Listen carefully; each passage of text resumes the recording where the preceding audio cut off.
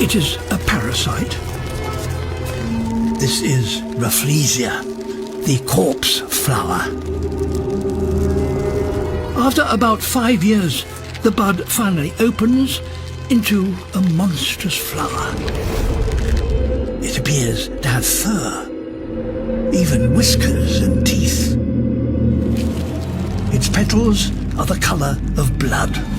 From its centre comes the pungent odour of death.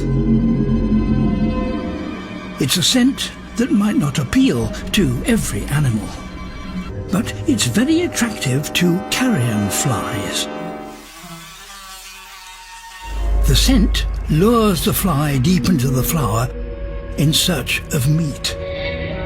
It stuck pollen to the fly's back. If this male Rafflesia strategy is to work, the fly carrying its pollen must now visit a female corpse flower, such as this one. Success.